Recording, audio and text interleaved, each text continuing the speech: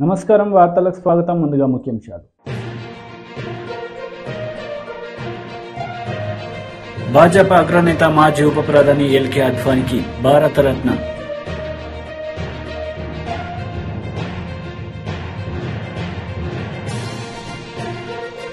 Undavalli press meet, పలు అంశాలపై వివరణ.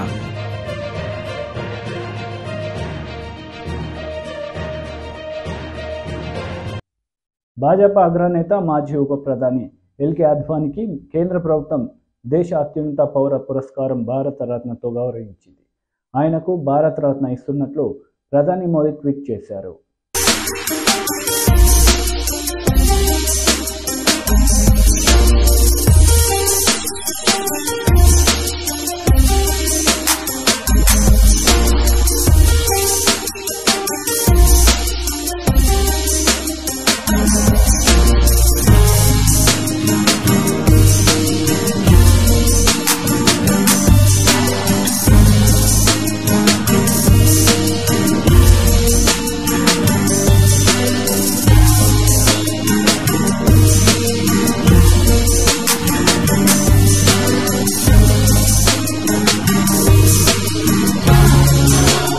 కృష్ణా గోదావరి ప్రాంత పార్టీ కార్యకర్తలతో ఏపీ సీఎం జగన్ బహిరంగ సభ నిర్వహించారు. ఈ సందర్భంగా పలు అంశాలపై ఆయన మాట్లాడారు. జగనన్న ఉంటేనే సాధ్యము అని చెప్పి ప్రతి ఇంటికి వెళ్ళి చెప్పాలి.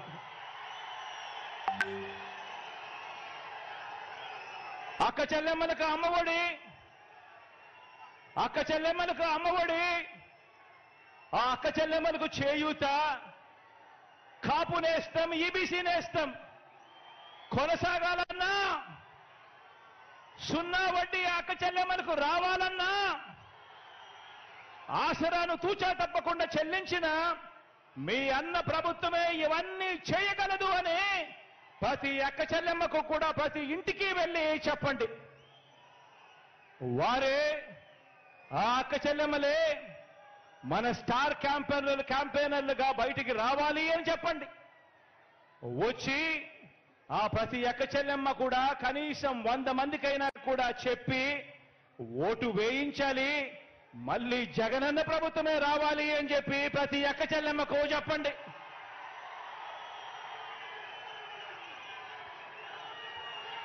ముప్పై 31 లక్షల ఇళ్ల పట్టాలు ఇచ్చి నా అక్క చెల్లెమ్మలు సంతోషంగా ఉండాలని, ఆ అక్క చెల్లెమ్మలకు 31 లక్షల ఇళ్ల పట్టాలిచ్చి మనం ప్రారంభించిన 22 లక్షల ఇళ్ల నిర్మాణంతో పాటు ప్రతి ఒక్క పేదకు, ప్రతి ఒక్క పేద అక్క చెల్లెమ్మలకు వారి సొంత ఇంటి కళ నెరవేరాలన్నా, ఇలా మహిళా సాధికారతకు ఏ మంచి జరగాలన్నా కూడా మీ అన్న ప్రభుత్వమే చేయగలదు, మీ అన్న ప్రభుత్వం మాత్రమే చేయగలదు అని ప్రతి ఇంటికి వెళ్ళి చెప్పండి. ఆ 31 లక్ష ఇళ్ల పట్టాలు అందుకున్న అక్క చెల్లెమ్మలను బయటికి రమ్మని చెప్పి అడగండి. స్టార్ క్యాంపెయినర్లుగా మారాలని అడగండి. ఆ ప్రతి అక్క చెల్లెమ్మ కూడా కనీసం 100 మందికి జరిగిన మంచి గురించి చెబుతూ ఆ ప్రతి అక్క చెల్లెమ్మ కూడా మీ బిడ్డ జగనన్న పాలన తేవాలి అని చెప్పి అడుగులు ముందుకు వేయాలి అని చెప్పండి. గవర్నమెంట్ బడులు మారాలన్నా, ఇంగ్లీష్ మీడియం చదువులు ఆ గవర్నమెంట్ బడులలో రావాలన్నా, ప్రతి క్లాస్ రూమ్లోనూ డిజిటల్ బోధనతో మొదలు ప్రతి పిల్లాడు చేతిలోనూ ట్యాబులు, మీ ఇంటికి ఆ పిల్లాడు ఆ ట్యాబులు పట్టుకొని రావాలన్నా, పెద్ద చదువులకు ఆ పిల్లలకు 100% ఫీజు రీయింబర్స్మెంట్ ఇచ్చే విద్యా దీవెన, వసతి దీవెన ఇవ్వాలన్నా, ఆ పిల్లల తలరాతలు మార్చే అంతర్జాతీయ చదువులు మీ పిల్లలకు అందాలన్నా మీ అన్న ప్రభుత్వం మాత్రమే చేయగలదని ఇంటింటికి వెళ్ళి చెప్పండి. ఆ పిల్లల తల్లిదండ్రులంతా మంచి చేస్తున్న మనందరి ప్రభుత్వానికి అండగా నిలబడాలని, ప్రతి ఒక్కరూ కూడా స్టార్ క్యాంపెయినర్లుగా బయటికి రావాలని, వచ్చి ప్రతి ఒక్కరూ కూడా 100 మందికి జరిగిన మంచి గురించి చెప్పాలని, మళ్ళీ జగనన్ననే ముఖ్యమంత్రిగా చేసుకోవాలి అని ప్రతి ఆ ఇంట్లో ఉన్న ఆ ప్రతి తల్లిదండ్రికి కూడా చెప్పండి. ఆ గ్రామాలలో ప్రతి రైతు Janasena PSC chairman Nadendla Manohar media సమావేశం నిర్వహించారు. ఈ సందర్భంగా పలు అంశాలపై ఆయన మాట్లాడారు. నేనేదో బుకాయించినట్టు వీటన్నిటికీ విరుద్ధంగా వాస్తవాలు వాళ్ళ దగ్గర ఉన్నట్టు వాళ్ళు చెప్పుకుంటూ వచ్చారు. అసలు పత్రికా విలేకరులు అందరినీ ఆహ్వానించి సమావేశం ఏర్పాటు చేసి ప్రభుత్వాన్ని మేము కొన్ని డిమాండ్స్, కొన్ని ప్రశ్నలు అడిగినప్పుడు ప్రభుత్వం నుంచి స్పందన రావాలి, కానీ ఈ పత్రికకి దానికి ఏం సంబంధం? వాళ్ళు ఎందుకు ఫ్యాక్ట్ చెక్ చేస్తున్నారు? ఫ్యాక్ట్ చెక్ చేసే అధికారం ప్రత్యేకంగా ఆ పత్రికకి ఎందుకు ఉంది? ఈనాడులో ప్రచురించినంత మాత్రాన పాపం రామోజీరావు గారు చేసిన తప్పేంటి దీంట్లో? ఆయన గురించి ప్రస్తావించడం. మీరు డిబేట్కి రండి. జనసేన పార్టీ తరఫున నాదెండ్ల మనోహర్ మీతో సిద్ధంగా ఉన్నాడు డిబేట్ చేయడానికి. వివరాలతో సహా నేను మాట్లాడతాను.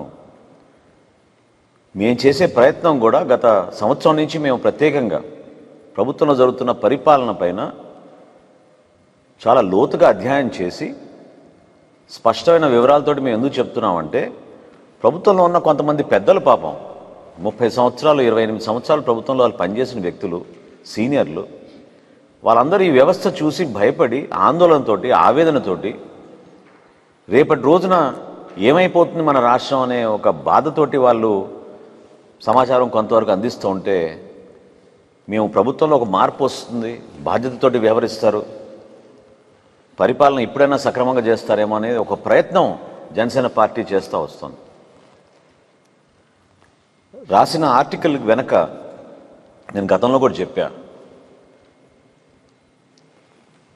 పౌరులు మన రాష్ట్రంలో ఆవేదనతోటి ఒక పబ్లిక్ ఇంట్రెస్ట్ లిటిగేషన్ వేసినప్పుడు గౌరవ హైకోర్టు బెంచ్, అంటే చీఫ్ జస్టిస్ పీకే మిశ్రా గారు, అదేవిధంగా ఆనరబుల్ హైకోర్టు జడ్జి సోమయాజులు గారు, వాళ్ళు చేసిన అబ్జర్వేషన్స్ ఆ రోజు ఏంటంటే, ఇది ఒక కొత్త సర్వీస్ మీరు క్రియేట్ చేస్తున్నారా, కొత్త క్యాడర్ మీరు క్రియేట్ చేస్తున్నారా, దేనికి ఈ సలహాదారులు, ఇంతమంది సలహాదారులు మీరు ఎందుకు అపాయింట్ చేస్తున్నారు, ఎక్స్ట్రా కాన్స్టిట్యూషనల్ అథారిటీగా మీరు వీళ్ళని తీసుకొస్తుంటే ఇది చాలా ప్రమాదకరమైన ప్రెసిడెంటు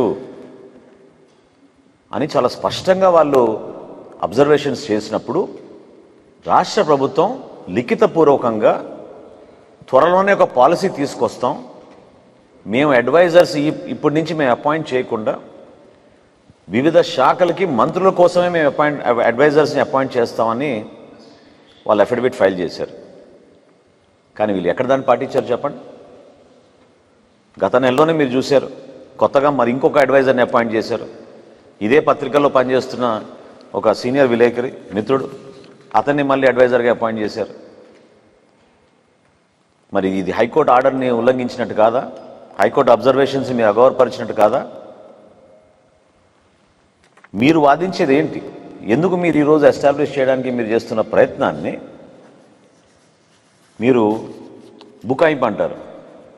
వాస్తవంగా మీది బరి తెగింపు. మీరు బరి తెగించి ఇష్టానుసారంగా మీరు చేసుకుంటూ పోతుంటే ఎంతోమంది ఆవేదనతో ఎందుకు వదులుతారు? సమాచారం బయటకు వస్తుంది. అసలు ఇన్ని రోజుల నుంచి చీకటి జియోలు తీసుకొచ్చి వీటిని కాన్ఫిడెన్షియల్ అని చెప్పి మీరు బయట పెట్టకుండా, ఎవరికి తెలియకుండా మీరు దాచిపెడితే రాకుండా ఎట్లా ఉంటాయి ఏదో ఒక రోజున? ఈరోజు 2 ఉదాహరణలు ఇస్తాను నేను, ఎందుకంటే ఇది అధికారికంగా ప్రభుత్వం నుంచి ఎటువంటి సమాచారం రాలేదు కాబట్టి నేను అధికారికంగా 2 విషయాలు మీకు ప్రస్తావించి ఈ రాష్ట్ర ప్రజలకి ఒక నమ్మకం కల్పించడానికి కోసం ఒక ప్రయత్నం. ఎందుకంటే మొన్న మేము పెట్టిన సమావేశంలో చెప్పిన అంశాల గురించి ప్రస్తావిస్తున్నారు కాబట్టి నేను చెప్పాలి. మొట్టమొదటిది, అసలు ఈ లెక్కల్లో ఎంత డొల్లతనం ఉందో వాళ్ళు చెప్పిన దాంట్లో దయచేసి మీరందరూ గమనించాలి. సాక్షి పత్రికలో ఈరోజు రాసిన ఫ్యాక్ట్ చెక్ వాళ్ళు ఏమన్నారంటే, ఈ సంవత్సరం బడ్జెట్లో 29 కోట్ల రూపాయలు 61 లక్షల రూపాయలు కేటాయించాం ఈ అడ్వైజర్స్ అని చెప్తున్నారు. అదే వైఎస్ఆర్సీపీ అధికారికంగా ఇష్యూ చేసిన ట్విట్టర్లో వాళ్ళు పెట్టిన పోస్ట్లో పాలి సంసద్ ఖేల్ మహాకుంభ్ కోసం ప్రధాని మోదీ ప్రసంగించారు. ఈ సందర్భంగా గ్రామాల్లో, పాఠశాలలో, యూనివర్సిటీలో ఆడి ఇంటర్నేషనల్ ఆటగాళ్లుగా ఎదిగిన వాళ్లను ప్రశంసించారు. सभी खिलाड़ियों को बहुत बहुत बधाई। खेलों में हार तो कभी होती ही नहीं है। खेल में या तो आप जीतते हैं या तो खेल में आप सीखते हैं। इसलिए मैं सभी खिलाड़ियों के साथ ही उनके जो कोच वहां उपस्थित हैं, जो परिवारजन वहां मौजूद है, उन सभी को भी अपनी शुभकामनाएं देता हूं। साथियों, सांसद खेल महाकुंभ, उसमें जो उत्साह दिख रहा है, ये जो आत्मविश्वास नजर आ रहा है, आज हर खिलाड़ी की, हर युवा की पहचान ये उत्साह, ये उमंग, ये जोश बन चुका है। आज खेलों के लिए सरकार की भी वही स्पिरिट है जो मैदान पर खिलाड़ी की होती है। हमारे खिलाड़ी हमेशा से चाहते थे कि उन्हें ग्राउंड लेवल पर ज्यादा से ज्यादा खेलने का मौका मिले। वो अपने गांवों में खेलें, अपने स्कूलों में खेलें, उन्हें यूनिवर्सिटीज में और फिर आगे नेशनल इंटरनेशनल खेलने का मौका मिले।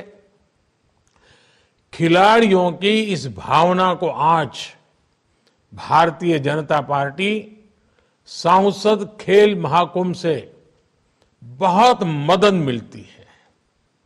मैं भारतीय जनता पार्टी की इस बात के लिए विशेष सराहना करूंगा कि वो अपने सांसदों के माध्यम से ऐसे खेल महाकुंभ करवा रही है और ये सिलसिला पिछले कई वर्षों से अनवरत चला आ रहा है। बीजेपी सांसद खेल महाकुंभ ने जिलों में, राज्यों में लाखों लाख होनहार खिलाड़ियों को खेलने का मौका दिया है। ये खेल महाकुंभ नए खिलाड़ियों को तलाशने और तराशने का भी बड़ा माध्यम बन रहे हैं। और अब तो भाजपा सांसद बेटियों के लिए भी विशेष खेल महाकुंभ का आयोजन करने जा रहे हैं। मैं भाजपा को, उनके सांसदों को इस महत्वपूर्ण अभियान के लिए बधाई देता हूं। साथियों, मुझे बताया गया है कि पाली में भी 1100 से ज्यादा स्कूलों के बच्चों ने सांसद खेल महाकुंभ టీడీపీ నేత కన్నా లక్ష్మీనారాయణ మీడియా సమావేశం నిర్వహించారు. ఈ సందర్భంగా పలు అంశాలపై ఆయన మాట్లాడారు. రీసెర్చ్ చేశాడు. రీసెర్చ్ చేసి బయటకు వచ్చి ఎట్లా అయినా 19 ఎన్నికల్లో ప్రజల్ని నమ్మించగలిగితే తన లక్ష్యం ఏదైతే ఉందో భారతదేశంలో అత్యంత ధనికవంతుడు కావాలి అనేటువంటి లక్ష్యాన్ని ముఖ్యమంత్రి అయితే కానీ చేరుకోగలను అనేటువంటిది తన తండ్రి ముఖ్యమంత్రిగా ఉన్నప్పుడు చూశాడు. అలాగే బయటకు వచ్చి, జైలు నుంచి బయటకు వచ్చి తల్లి, చెల్లి, బాబాయ్ సపోర్టుతో రాష్ట్రంలో ప్రజలందరినీ కూడా నమ్మించి, ఒక్క అవకాశం అని చెప్పేసి నమ్మించి అధికారంలోకి వచ్చినప్పటి నుంచి కూడా బ్రిటిష్ రూల్ని పూర్తిగా ఈ రాష్ట్రంలో అమలు చేయటం మొదలుపెట్టాడు. ఏ రకంగా అయితే బ్రిటిషర్స్ భారతదేశానికి వ్యాపారం పేరు మీద వచ్చి నమ్మించి తన సొంత సైన్యాన్ని పెట్టుకొని భారతదేశాన్ని రూల్ చేసి భారతీయుల్ని ఏ రకంగా హింసించి హత్యలు చేశారో, అలాగే తాను కూడా నమ్మించి ఒక అవకాశమైన అధికారంలోకి వచ్చినప్పటి నుంచి కూడా ఆంధ్ర రాష్ట్ర సంపద మొత్తాన్ని కూడా ఏకీకృతం చేసి తాను ఒక్కడే వ్యాపారం చేసుకుంటూ ఎవరిని ఎమ్మెల్యేలను కానీ మంత్రులు కానీ దగ్గరికి రానిస్తే వాటా అడుగుతారేమోనని దూరం పెట్టి ఆఖరికి తల్లిని చెల్లిని కూడా కంటనీరు పెట్టి ఆంధ్ర రాష్ట్రం నుంచి తరిమి ఈ రాష్ట్రం మొత్తాన్ని దోపిడీ చేసి, దోపిడీయే లక్ష్యంగా ఒక దొంగల ముఠా, ఈ రాష్ట్రం మీద ఒక దొంగల ముఠా పడి ఏ రకంగా అయితే ఇంతకు ముందు మనం సినిమాల్లో చూసాము, దొంగల ముఠా గ్రామాల మీద పడి ఏ రకంగా దోచుకుంటుందో ఆ రకంగా అధికారంలోకి వచ్చిన కాడి నుంచి ముఖ్యమంత్రి వాళ్ళ ముఠా ఈ రాష్ట్రాన్ని దోచేసి ప్రజల్ని భయభ్రాంతులను చేసి పోలీసుల్ని తన సొంత సైన్యంలాగా వాడుకొని ఈ రాష్ట్రంలో ప్రశ్నించినటువంటి ప్రతిపక్ష నాయకులను మొత్తాన్ని కూడా జైళ్లలో పెట్టి హింసించి ఆఖరికి సీనియర్ నాయకులను, రాజకీయ నాయకులను కూడా జైళ్లలో కొట్టించినటువంటి పరిస్థితి. ఆఖరికి జాతీయ అధ్యక్షులు చంద్రబాబు నాయుడు గారిని కూడా అరెస్ట్ చేసి ఏ అభియోగం లేకుండా అక్రమ కేసులు పెట్టి 54 రోజులు జైల్లో ఉంచినటువంటి మాట మనం చూస్తూ ఉన్నాం. నేను సంవత్సరం క్రితం చెప్పాను, వైసీపీ శాసనసభ్యులందరికీ కూడా మీరు కనుక జగన్మోహన్ రెడ్డిని మార్చుకోకపోతే రేపు ఎన్నికల్లో తాను చేసిన తప్పులన్నీ కూడా మీ మీద వేసి తప్పుకొని మిమ్మల్ని బలి చేసేటువంటి పరిస్థితి వస్తుంది. అందుకని మీరు యాజ్ ఎర్లీ యాజ్ పాసిబుల్ ముఖ్యమంత్రిని మార్చుకోండి అనేటువంటి మాట సంవత్సరం క్రితం చెప్పాను నేను. ఇవాళ ఉండవల్లి అరుణ్ కుమార్ ప్రెస్ మీట్ నిర్వహించారు.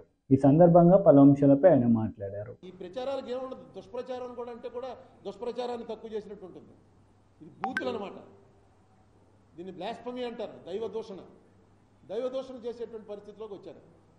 దీన్ని అరికట్టాలంటే మిగతా వాళ్ళది ఈవాల్టికి కూడా ఆయనకి 38% వచ్చింది మోడీ గారికి. ఇంకా దాదాపుగా 62% ఆయన చెప్పిన దాన్ని వ్యతిరేకించే వాళ్ళే ఉన్నారు. వీళ్ళందరూ కలవాలి, కలిస్తే అట్లీస్ట్ అపోజిషన్ బలంగా ఉంటే దేశానికి మంచిది. లేకపోతే వన్ సైడ్ అయిపోతుంది. మిగతా వాళ్ళకి నిన్న మొన్న నితీష్ కుమార్ లాగా వీళ్ళకేం ఐడియాలజీ లేవు, అధికారంలో ఉండటమే. బీజేపీకి ఐడియాలజీ ఉంది, అది మర్చిపోకూడదు మనం. బీజేపీ ఐడియాలజీని కౌంటర్ చేయాలంటే వీళ్ళందరూ ఐడియాలజీతో కలవాలి. ఇది తప్పు, ఇది అన్ని మతాలకి సంబంధించిందే హిందూ దేశం, దీన్ని హిందుస్థాన్ అనే పిలుస్తారు. మనం ఇండియా భారత్ అంటాం, కానీ మీరు పాకిస్తాన్ వెళ్ళినా, ఆఫ్ఘనిస్తాన్ వెళ్ళినా, ఈ చుట్టుపక్కల కంట్రీస్లో ఏ వెళ్ళినా సరే వాళ్ళు ఏం పిలుస్తారు, దీన్ని హిందుస్థాన్ అనే పిలుస్తారు. ఈ స్థాన్ ఇంతకుముందు కూడా చెప్పాను, స్థాన్ అనే పేరు ఉన్నటువంటి దేశాలన్నీ కూడా మన దేశాలే. స్థాన్ అంటే అది సంస్కృత పదం, ఇంకే లాంగ్వేజ్లో లేదు. హిందుస్థాన్, ఆఫ్ఘనిస్తాన్, కజకిస్తాన్, పాకిస్తాన్, ఈ స్థానాలన్నీ ఒకప్పుడు మనమే అనమాట. అంటే మనం అంటే మన అధికారంలో ఉన్నామని కాదు, హిందువులే ఉండేవారు. ఇవాళ అవన్నీ ఇస్లాంలోకి మారారు. మారితే ఇప్పుడు ఆడ కాశ్మీర్ వెళ్ళి చూస్తే మొత్తం అందరూ బ్రాహ్మలే, కాశ్మీరీ ముస్లిమ్స్ అందరూ బ్రాహ్మలే. మీకు ఇంకా విచిత్రమైన విషయం, మొన్న మేము కంబోడియా వెళ్ళాం, అక్కడ గుడి చూద్దామని. Cambodia Angkor Wat temple. ఆ టెంపుల్ ఏంటి, హిందూ టెంపుల్, తర్వాత బౌద్ధం మారింది. ఇప్పుడు అక్కడ పూజలు చేస్తున్నారు. మొన్న 4-5 ఏళ్ల క్రితం మా ఫ్రెండ్ వెళ్తే పూజలు లేవు, పూజలు ప్రోహిబిటెడ్ రాసి ఉంటుంది. ఇక్కడ వాళ్లే పూజలు చేస్తున్నారు. అంతకన్నా ఆశ్చర్యకరమైన విషయం, థాయిలాండ్ బ్యాంకాక్ అని ఒకటి ఉంది. అదేంటంటే సెక్స్ క్యాపిటల్. బ్యాంకాక్ వెళ్ళేవాళ్ళ మసాజులు చేస్తారని, ఆ మసాజుల్లో స్పెషల్ మసాజులు ఉంటాయి. వాటికి ఏంటంటే సెక్స్ ఫ్రీ, అక్కడ దాని మీద బ్యాన్ లేదు. ఆ కంట్రీ పేరు చెప్పగానే మనకు గుర్తొచ్చేది సెక్సే. మేము వెళ్ళింది ఏంటి, పిలిగ్రిమేజ్లో వెళ్ళాం. ఎయిర్పోర్ట్లో ఇలా చూడగానే ఆశ్చర్యపోయింది, ఇది ఏంటి ఇండియాలో ఇండియన్ ఎయిర్పోర్ట్లో కూడా ఎలాంటిది ఎక్కడ చూడలేదే అని. పెద్ద విగ్రహం, ఈ గది అంత విగ్రహం ఉంది. ఈ గది కాదు, ఈ మొత్తం కాంప్లెక్స్ అంత విగ్రహం, పెద్ద విగ్రహం. మీకు కావాలంటే వాట్సాప్లో పంపిస్తాను. క్షీరసాగర మదనం, ఒకవైపేమో రాక్షసులు పట్టులు లాగుతున్నారు, ఒకవైపేమో దేవతల పట్టులు లాగుతున్నారు. దేవతలకు ఏవో కిరీటాలు పెట్టారు, రాక్షసులకి ఏవో కూరలేవో పెట్టారు. మధ్యలో శ్రీ మహావిష్ణువు కూర్మావతారం గోల్డ్ కలర్లో క్షీరసాగర మదనం పెద్దది ఉంది.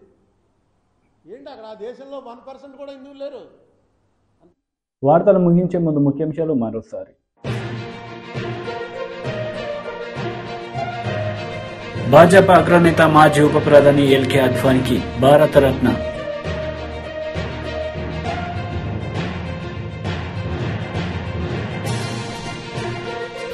ఉండవల్లి ప్రెస్ మీట్, పలు అంశాలపై వివరణ.